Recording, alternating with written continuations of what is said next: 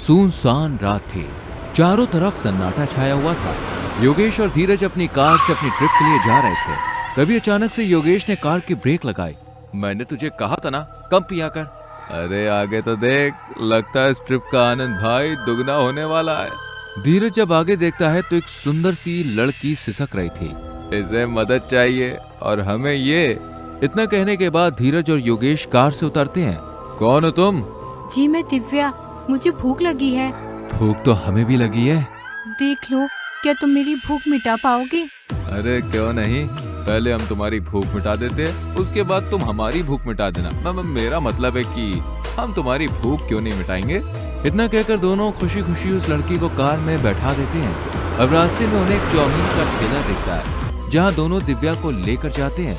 दिव्या भूखी थी, वो चाउमीन खाने लगती है, लेकिन उन्हें कुछ देर बाद एहसास होता है कि उस लड़की ने सारी चाउमीन खा ली है। कहीं गलत लड़की हाथ तो नहीं लग गई? अब तो चाउमीन भी खत्म होने वाली है। वही देख रहा हूँ, ये कितने दिनों की भूखी थी, या कभी खाने ही नहीं खाया भाई, ऐसा लग रहा है। एक काम कर, भाग लेते हैं यहाँ से चुपचाप।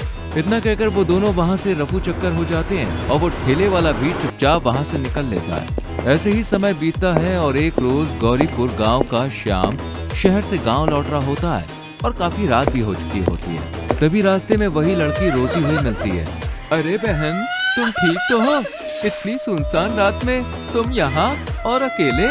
मुझे जोरों की भूख लगी है, क्या आप मेरी भूख मिटा पाएंगे? तुम्हें इस बात की तनिक भी चिंता नहीं है कि तुम इस सुनसान रास्ते में अकेली हो? वो क्या है, मुझे भूख बर्दाश्त नहीं होती। दिव्या इतना कहकर रोने लगती है। श्याम भी उसे अपने साथ लेकर आगे बढ़ता है। तभी उसे सामने चाउमीन का ठेला दिखता है।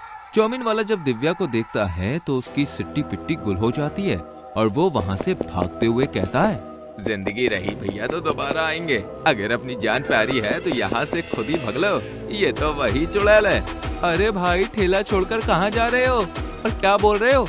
इतनी सुंदर लड़की को अनाप शनाप बोलकर चला गया। कोई बात नहीं, मैं आपके लिए चाउमीन निकाल देता हूँ। इतना कहकर श्याम उस लड़की को चाउमीन देता है और वो चाउमीन खाने लगती है। लेकिन देखते ही देखते इस बार भी सारी चाउमीन खत्म हो जाती है और श्याम को लगता है कि लड़की ज्यादा भूखी थी, इसलिए उसने इतना खा लिया। अब श्याम उसे घर तक पहुंचाता है। ये इस लड़की का घर है, इतना बड़ा, और ये क्या, इस घर से तो तरह तरह के खाने की खुशबू आ रही है। श्याम कुछ भी समझ पाता उससे पहले लड़की उसे डरावनी आंखों से घूर रही होती है। श्याम उसे उसके घर छोड़कर अपने घर निकल जाता है। अब इसके ठीक 10 दिन बाद श्याम के गाँव में एक आदमी की मौत हो जाती है। श्याम की पत्नी बोली, उस सुनसान रास्ते में मनोज भाई को एक लड़की मिली। उसने चाउमीन खाने की मांग की, उन्होंने उसे चाउमीन नहीं खिलाई तो उसने इन्हें मार डाला। श्याम हैरान था। उसे अब अपनी 10 दिन पुरानी कहानी याद आ जाती है और वो सब कुछ समझ जाता है कि आखिर उस रात वो लड़की इंसान नहीं बल्कि एक शैतान थी।